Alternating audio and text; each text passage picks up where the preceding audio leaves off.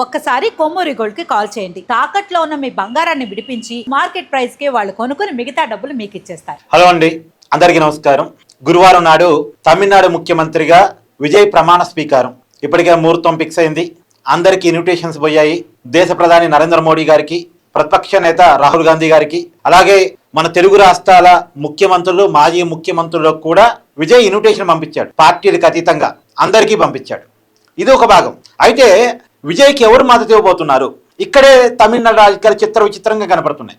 ఒకవైపు ఏమో DMK party, అంటే పార్టీ బాగానే ఉంది కానీ కూటమి బద్దలైపోతుంది. డిఎంకే కూటమి బద్దలైపోతుంది. ఇంకోవైపు అన్నాడీఎంకే పార్టీ బద్దలైపోతుంది. పార్టీగానే బద్దలైపోతుంది విజయ్కి మద్దతు ఇవ్వడం కోసం. నిజానికి విజయ్కి 118 స్థానాలు రాలేదు. అక్కడ అధికారంలోకి రావాలంటే 118 స్థానాలు కావాలి. మొత్తం 234 అసెంబ్లీ స్థానాలు తమిళనాడులో ఉన్నాయి. దాంట్లో 118 స్థానాలు వస్తేనే అధికారం. కానీ 118 స్థానాలు విజయ్కి రాలేదు.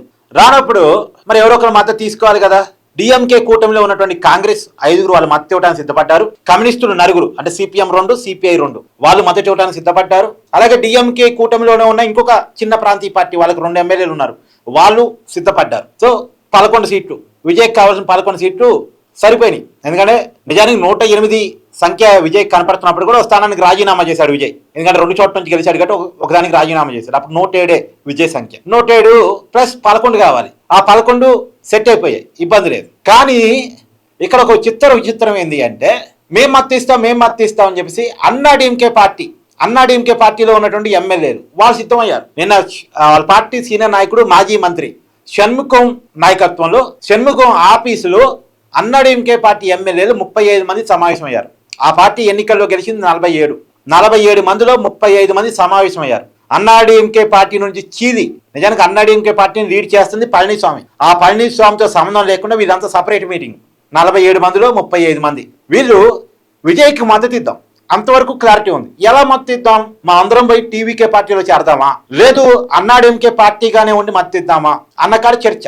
ఇప్పుడు వీళ్ళ మీద అనర్హత వేటు కూడా పడదు. ఎందుకంటే మెజార్టీ వీళ్ళే, 2/3 మెజార్టీ ఉన్నారు. 47లో 35 అంటే 2/3 మెజార్టీ కాబట్టి పార్టీ చీలి మాదే అసలైన అన్నాడీఎంకే అని వీళ్ళు క్లెయిమ్ చేసుకోవచ్చు. అసలైన అన్నాడీఎంకే మాదే అని క్లెయిమ్ చేసుకోవచ్చు. లేదు ఈ పార్టీని తీసుకుపోయి టీవీకేలో విలీనం చేసిన అన్నాడీఎంకే ఎల్పీ విలీనం అయిపోయినట్టు లెక్క. ఇక అన్నాడీఎంకే పార్టీ ఎల్పీ అనేది ఉండదు. ఇక మీరు అనొచ్చు 47 మందిలో 35 పైన ఇంకో 12 మంది ఉన్నారు కదా అనొచ్చు. కానీ ఆ 12 మందిని అన్నాడీఎంకే పార్టీ ఎమ్మెల్యేలుగా పరిగణించారు, ఇండిపెండెంట్ ఎమ్మెల్యేలుగానే పరిగణిస్తారు.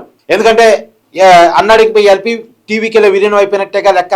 ఈ 35 మంది కనుక టీవీకేలో చేరితే అన్నాడీఎంకే ఎల్పీ ఉండదు. ఇక మిగతా ఉన్నటువంటి 12 మంది ఎమ్మెల్యేలు ఎంతమంది ఉంటే అంతమంది ఇండిపెండెంట్ ఎమ్మెల్యేలుగా పరిగణిస్తారు. పళనిస్వామి మిగతా వాళ్ళంతా ఇండిపెండెంట్ ఎమ్మెల్యేలుగా ఉంటారు అసెంబ్లీలో టెక్నికల్గా. సరే బయట పబ్లిక్గా మేము అన్నాడీఎంకే ఎమ్మెల్యేలు అని చెప్పుకోవచ్చు కాక, కానీ టెక్నికల్గా మాత్రం వాళ్ళు ఇండిపెండెంట్ ఎమ్మెల్యేస్. అన్నాడీఎంకే ఎల్పీ అనేది అసెంబ్లీలో టెక్నికల్గా ఉండదు.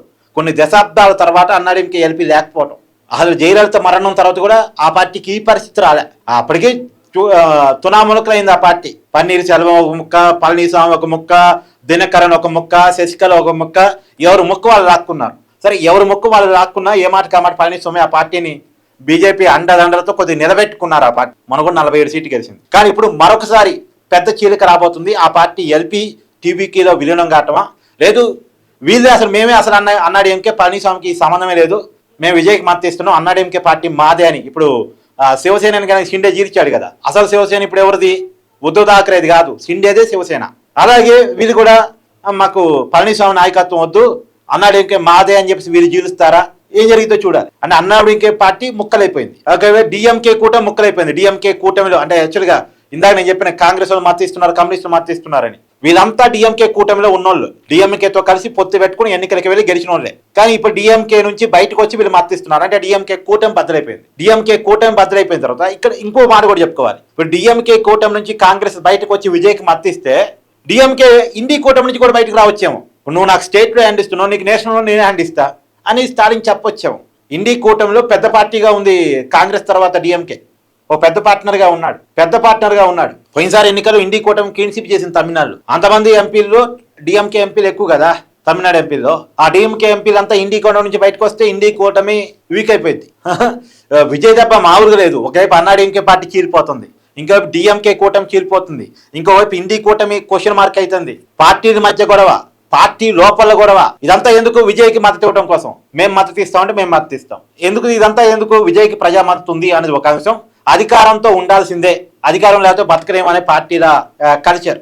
ఈ 2 కారణాలతో జరుగుతుందట. సో తమిళనాడు రాజకీయాల్లో జరుగుతున్న పరిణామాల మీద మీ అభిప్రాయాన్ని కామెంట్ చేయండి. Thank you.